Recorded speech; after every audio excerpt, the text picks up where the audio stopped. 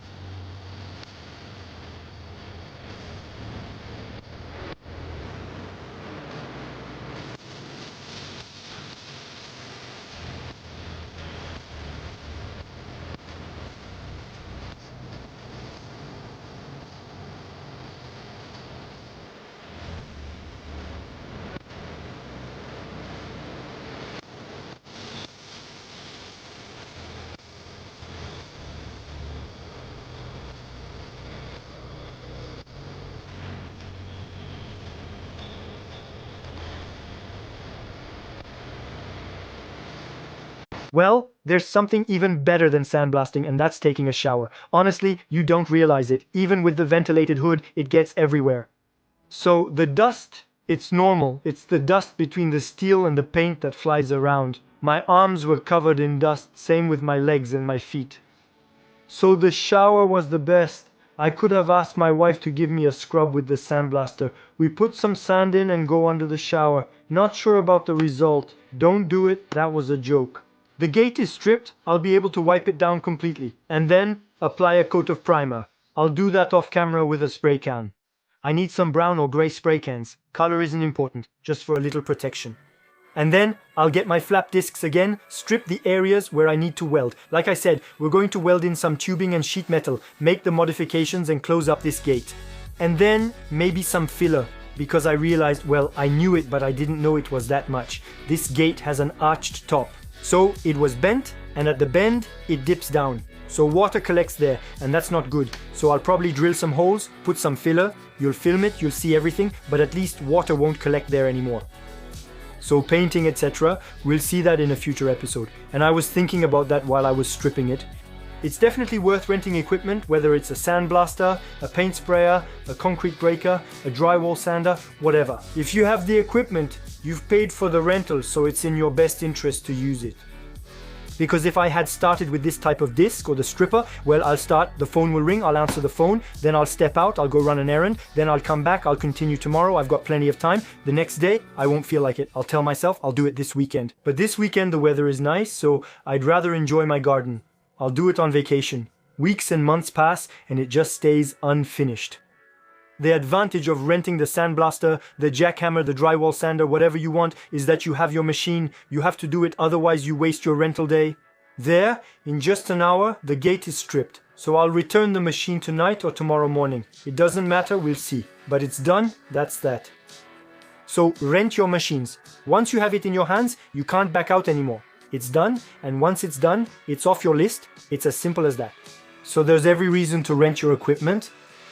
So thank you for watching this video. We'll meet again soon for modifying the gate, painting, and so on. If you enjoyed this video, give it a thumbs up, subscribe, and share. You know the drill, and we'll see each other soon for another video.